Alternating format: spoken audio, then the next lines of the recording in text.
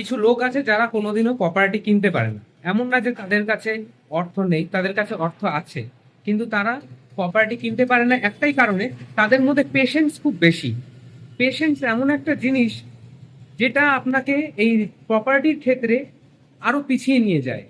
আপনার আজকে যা বাজেট সেই অনুযায়ী আপনি প্রপার্টি দেখবেন, প্রপার্টি কিনবেন, দেখবেন আপনার সব কিছু স্মুথলি চলবে। কিন্তু আপনি যদি পেশেন্স ধরেন, আজকে না কালকে কিনবো, পরশু কিনবো, 1 বছর পরে দেখবো, আরো বেটার হয়তো পাবো, আরো কম রেটে পাবো, সেটা সম্পূর্ণ ভুল। কারণ রিয়েল এস্টেট এমন একটা জায়গা যেখানে আপনি যখনই নেক্সট টাইম বা নেক্সট ইয়ারে আসবেন, তখন আপনার কাছে নতুন রেট নিয়ে আসবে, কারণ সবার সব কিছুর প্রাইস হাইক হচ্ছে। রিয়ালিটি একটাই, যে রিয়েল এস্টেট কিন্তু আপনাকে পেশেন্স শেখায় না। যার পেশেন্স কম তাদের জন্য অ্যাসেট, আর যার পেশেন্স বেশি তারা সারা জীবন অন্যের অ্যাসেটকে রেন্ট হিসাবে নিতে বাধ্য হবে।